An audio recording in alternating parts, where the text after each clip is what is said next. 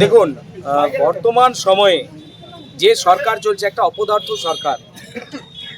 মমতা ব্যানার্জি নেতৃত্বে যে সরকার চলছে, এই সরকার কৃষকদের পেটে লাথি মারছে। কেন্দ্রীয় সরকার যে ভর্তুকিযুক্ত সার বাজারে দিচ্ছে, সেই সারের দামের প্রত্যেকটি প্যাকেটের ওপরে যে দামটা ফেলা আছে, সেটা ইউরিয়ার ক্ষেত্রে একরকম, ডিএপির ক্ষেত্রে একরকম, পটাশের ক্ষেত্রে একরকম, সমস্ত সারের ক্ষেত্রে আলাদা আলাদা দাম ফেলা রয়েছে। কিন্তু এখানে দুগুণ তিনগুণ দামে সার বিক্রি হচ্ছে। এই দুগুণ তিনগুণ দামে সার কিনে চাষিরা আলু ফলিয়েছে, কিন্তু বর্তমান সময়ে বাজারে যে আলু বিক্রি হচ্ছে মাত্র 3.5 টাকা থেকে 4 টাকা করে বাজারে আলু কেনা হচ্ছে। চাষিদের কাছ থেকে আলু কেনা হচ্ছে 3.5 টাকা থেকে 4 টাকা মাত্র কেজি দরে।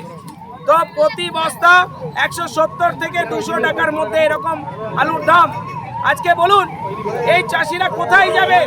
এই সরকারের যে অপদার্থতা, এই অপদার্থতার কারণে আজকে চাষিরা সব দিক থেকে বঞ্চিত। এই অ্যাম্বুলেন্সটা ছেড়ে দাও, ওই দিকে যাবে, ওই দিকে।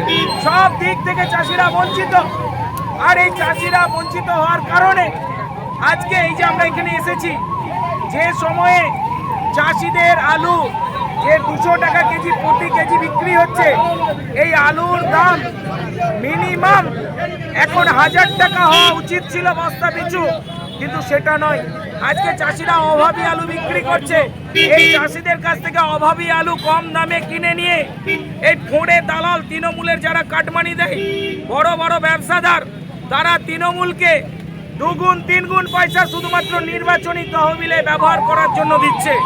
আর এই টাকা নিয়ে তৃণমূল কংগ্রেস তারা নির্বাচনী তহবিল করছে, কৃষকদের পেটে লাথি মারছে। কয়েকদিন আগে দেখেছিলেন বড় জল নিয়ে চাষিরা সঠিক সময়ে বড় জল পায়নি, তার জন্য আমরা আন্দোলনে নেমেছিলাম। আজকে আমাদেরকে আন্দোলনে নামতে হচ্ছে। চাষিরা যে ফসলের দাম মিনিমাম আজকে একটা আলুর বস্তা 500 থেকে 1000 টাকার মধ্যে থাকার কথা ছিল, যে পরিমাণ চাষিদের খরচা হচ্ছে সেটা না পেয়ে চাষিরা অভাবী আলু বিক্রি করছে। যার জন্য আজকে চাষিদের স্বার্থে আমরা রাস্তায় নেমেছি। অবিলম্বে আলুর দাম চাষিদেরকে সঠিকভাবে দিতে হবে। আর যদি এটা না দেয়, আগামী দিনে আমরা চাষিদের নিয়ে বৃহত্তর আন্দোলনে সামিল হব। ভারত।